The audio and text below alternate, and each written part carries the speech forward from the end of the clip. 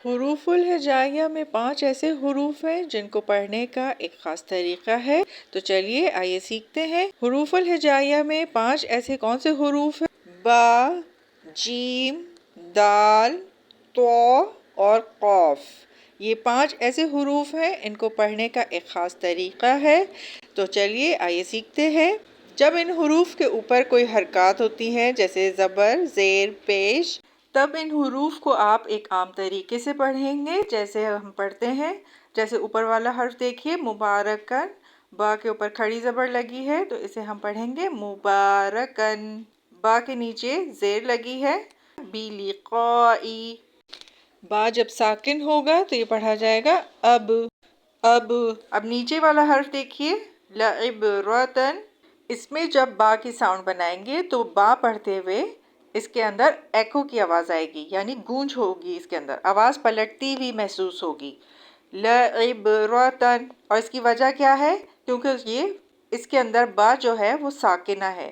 لعبرتن، لعبرتن۔ جیم جب ساکن ہوگا تو پڑھا جائے گا اج، اج۔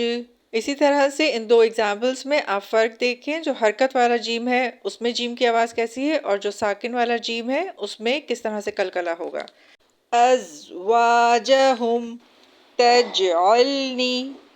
دال کو دیکھیے احادیث، اور قلقلہ کس طرح سے ہوگا اس کے اندر، وَلَقَدْ۔ دال کی آواز آپ سن رہے ہیں کس طرح سے وہ پلٹ کر آ رہی ہے، وَلَقَدْ۔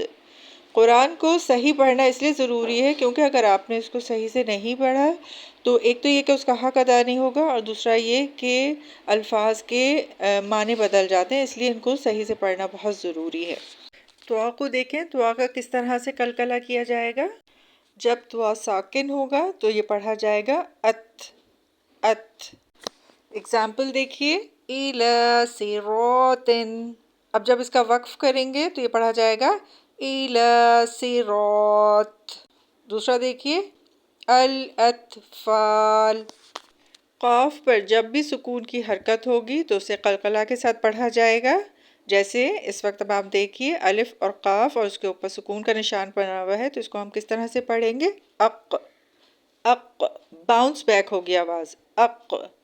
اسی طرح سے مثال دیکھیے قل، اس کے اوپر پیش لگا ہوا ہے، قاف کے اوپر حرکت ہے تو اس لیے یہاں پہ قلقلہ نہیں ہوگا، تو یہ پڑھا جائے گا قل۔ دوسری دیکھیے مثال الحق، جب اس کا وقف کریں گے تو یہ پڑھا جائے گا الحق۔ قاف کے اوپر قلقلہ ہوگا کیونکہ کاف جو ہے ساکنہ ہو جائے گا اس میں۔ دوسرا دیکھیے تقدیر، تقدیر۔ اس میں بھی آپ نے دیکھا کہ ہم نے قلقلہ کیا ہے کاف کے اوپر، اور اس کی وجہ اب آپ سمجھ گئے ہوں گے کیونکہ اس کے اوپر سکون کا نشان بنا ہوا ہے۔ میں امید کرتی ہوں کہ آپ نے میری ویڈیو سے کچھ سیکھا ہوگا، اور اگر مزید میری ویڈیوز دیکھنا چاہتے ہیں تو میرے چینل کو سبسکرائب کر لیجئے۔ ملتے ہیں کسی اور ویڈیو میں۔ اللہ حافظ۔